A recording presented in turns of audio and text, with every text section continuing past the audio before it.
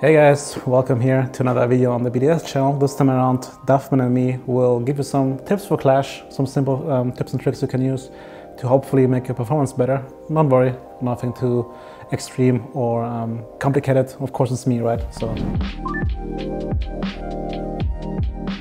the first step basically in draft, I think many people just default to banning the most played champions the enemies show on the scouting table.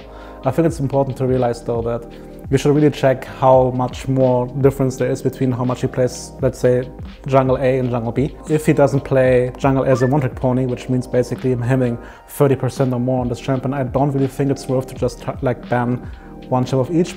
Also for your picks, I think it's really important that you use a team with your mates. You make a priority list, because I think the first few picks before the second ban phase is something that you guys can talk about beforehand and should be planned out.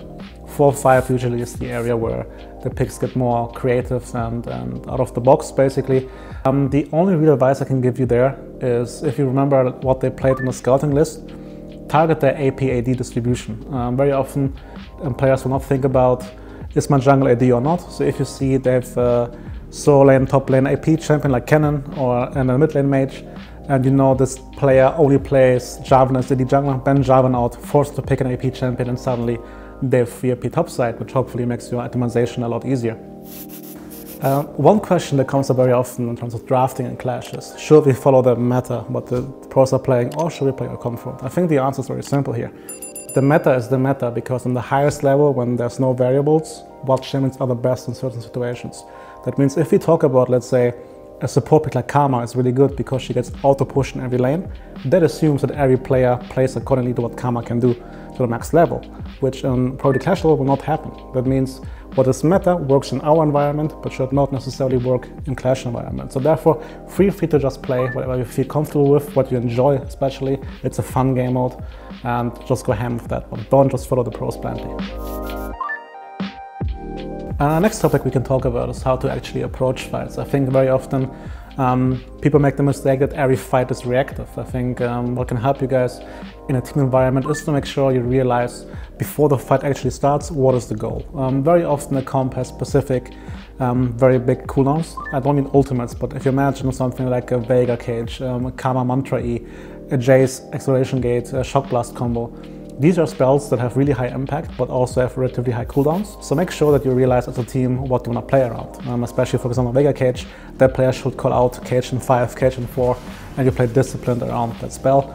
Secondly, also it's important, when do you want to start a fight? I think it's really simple and a very easy tool to make, is that your support player, let's say if he's playing Leon or Nautilus, he just pings to the map, if they enter this bush, I want to go. Because if you don't do this, your support player might see a good engage, but you have to wait half a second to actually react to him. You lose valuable time, so make sure that even in the off time you have between objectives, you talk about when you want to fight and what are the most important cooldowns.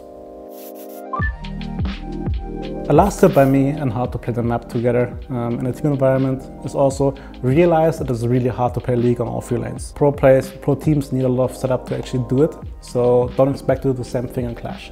If you feel strong, just talk to your teammate, okay, who wants to push out, what side do you play towards? It's always way easier if you go through mid lane, push the wave out, and then go together into one side and establish vision control there. Don't just stick on your lane and say, I feel strong, I want to push and farm. That's usually not possible, because even if you one item ahead, you will still lose a 1v2 unless you do something like Fiora, then maybe go ahead and have fun. But again, make it simple as a team, decide one side to play towards, get vision there, and then make the enemy bleed out. Ideally, if you're really good, then also after you pushed out that side lane, you all recall together and do the same on the other side. So yeah guys, these have been some quick tips for Clash. I hope you learned something, even for me, probably not so much, but if you enjoyed this, please leave a like, comment and subscribe, and then maybe we see each other on the next educational content here on this BDS channel.